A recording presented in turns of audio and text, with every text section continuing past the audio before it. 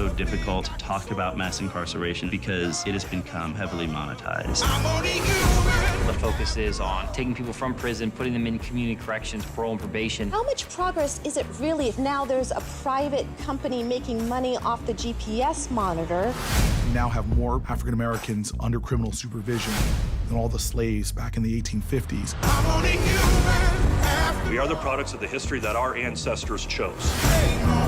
Products of that set of choices that we have to understand in order to escape from it. We should go looking somewhere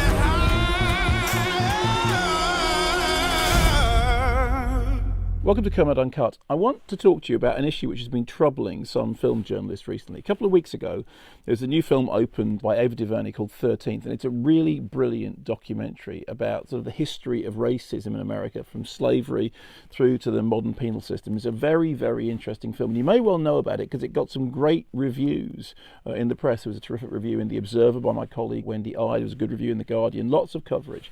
Now, the production was a Netflix production, and we all knew when the film was reviewed that it was opening simultaneously on Netflix and in selected cinemas in the UK. And this is just something which we all kind of got used to. Simultaneous releasing is pretty much the future.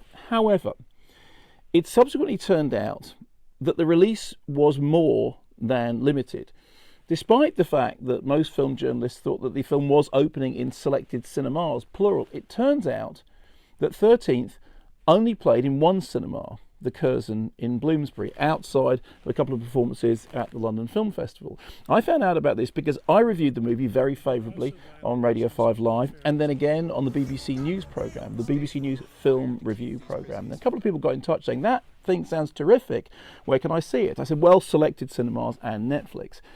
And then people saying, well, it's not playing here, it's not playing in Glasgow, it's not playing in Manchester, it's not playing in Sheffield. Which of these selected cinemas is it playing in? And I finally found out it was one cinema, the Curzon in Bloomsbury. Now, this isn't completely unprecedented. The FDA, the Film Distributors Association, have a list of films that are released every week, and they have different categories: saturation release, wide release, key cities, and limited. And limited can mean anything at all. It can literally mean one cinema, but often if something you know to be a limited release, you wouldn't necessarily review it alongside all the other nationally released movies. Certainly if something is reviewed in national newspapers or on national radio, one has the sense that it is nationally available in cinemas. A couple of cinemas also were very troubled by this because they actually really wanted to play 13th. Mark Cosgrove, a long-standing friend of mine who runs the Watershed in Bristol, was particularly bothered by this because, and I'm quoting directly from Mark, I tried to book 13th a few weeks ago and was told it was not available beyond the one cinema it was screening in London. This is normal practice for films being eligible for BAFTA nomination, i.e. a film screens unadvertised, unpromoted before a full theatrical release the following year, but importantly they are not listed as released. I was surprised and annoyed that 13th was then reviewed in the national press. For audiences, it implies that it is available in cinemas nationwide, which is not the case in this instance. Mark went on to say that this was particularly problematic for the Watershed. The local audience could think that the Watershed has chosen not to screen 13th, which can set all sorts of hairs running. For example, it's been suggested the reason is because 13th is too politically charged for the Watershed. So this issue of a film being perceived to be available theatrically, but actually not, can also be about a cinema's reputation and brand. Now, this is clearly a very, very thorny issue. Let me say again, 13th is a terrific documentary and is widely available on Netflix, but it's been put into a selected cinema, one presumes, not only to make it eligible for nominations, but also to get the press attention that theatrically released movies get. And it was theatrically released, but only in one cinema. There are a number of ways forward.